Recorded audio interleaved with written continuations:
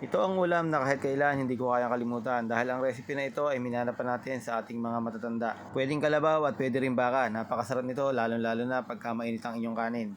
Tara, luto tayo. So meron tayo dito 1 kilong kanin ng baka. Hiniwa ko na yan ng maninipis. Medyo challenging lang ang pagkakahiwa nito kasi nga kailangan matalim ang iyong kutsilyo at higit sa lahat mapanipis mo ng todo. Para nga sa gagamitin natin panimpla, maghihiwa lang ako dito ng 10 piraso hanggang 12 piraso ng kalamansi. At hindi masarap ang ating bistik Tagalog pagka kukunti lang ang sibuyas kaya kailangan mas marami mas maganda. Maraming salamat sa lahat ng nanonood sa oras na ito. Welcome po kayo sa Cook and Taste. Sa mga bagong followers po natin dyan, maraming salamat po at salamat din po sa pag-follow nyo sa Cook and Taste 2.0. Nahiwa na nga natin lahat ng ating gagamitin sangkap, ngayon naman ititimplahan na nga natin itong ating karne ng baka. Pipigaan lang natin ito ng 10 pirasong kalamansi o pwede naman na maging 12 o kaya kung may lemon kayo dyan sa bahay, isang lemon na malaki ay okay na. Gagamit din ako dito ng 1 cup na toyo. So mas maganda kung branded yung gagamitin nyo para mas masarap. Kalahating kutsaritang paminta. At pwede nyo rin itong lagyan ng bawang. So ako hindi ko lalagyan ito ng bawang. Mamaya ko na gagamitin yung bawang sa pagigisa. So ganun talaga, meron tayong iba't ibang style sa pagluluto. Kaya naman ito, itatabi muna natin to hanggang sa mamarinate na nga at tumalab na nga yung lasa ng ating mga inilagay na ingredients. Habang dito naman sa ating pan, ilulutuin ko lang muna itong ating mga sibuyas. Bali, i-half cook ko lang ito. At pagka na-half cook na natin, itatabi muna natin ito. Dahil ilalagay natin ito mamaya bilang pantopping sa ating bistik Tagalog. Kung itatanong nyo naman kung pwedeng gamitin ng sibuyas na puti o sibuyas na dilaw, pwede po. Mas maganda kung mas marami. Dito rin mismo sa ating pan, isisir natin yung ating mga karne ng baka.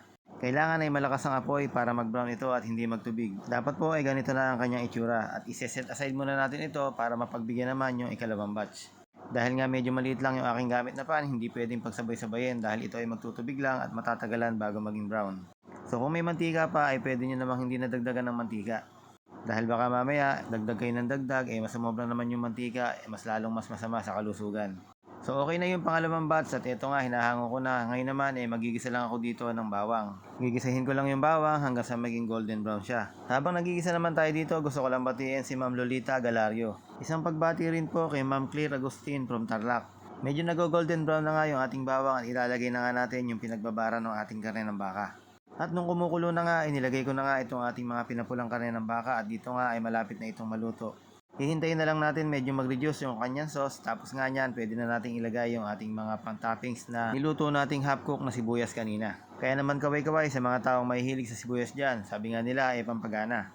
Well, ito naman talagang bistik Tagalog hindi makukumpleto pagka walang toppings sa sibuyas. At kahit nga na medyo mahal ang karne ng baka napakatipid naman ito sa panangkap. Biruin mo nga, toyo at kalamansi lang at saka paminta nagkatalo na. Nilagyan natin ng konting bawang, ay goods na ang lasa. Kaya naman tara na at kumain na tayo. Kaya sana pakiusap ko, wag natin kalimutan yung mga ganitong recipe na talaga namang tumatak sa ating mga Pilipino. Sa karne ng kalabaw, sa karne ng baka, napakasarap.